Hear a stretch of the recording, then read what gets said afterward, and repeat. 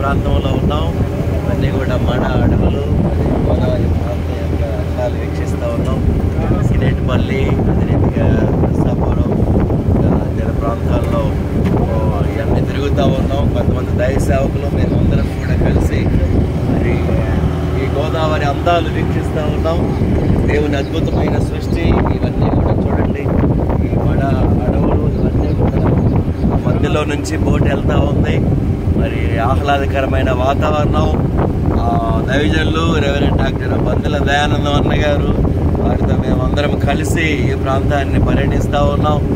దేవునికి మహిమ కలుగును గాక. చల్లటి వాతావరణం, ప్రకృతి చాలా అందంగా ఉంది. వీలైతే మీరు కూడా మరి ఒకసారి వచ్చి ఇవన్నీ చూసి దేవుని మహిమపరచాలని మీకు మనవి చేస్తూ ఉన్నాం. దేవుడు మిమ్మల్ని మీ కుటుంబాలను దీవించును గాక. Praise the lord.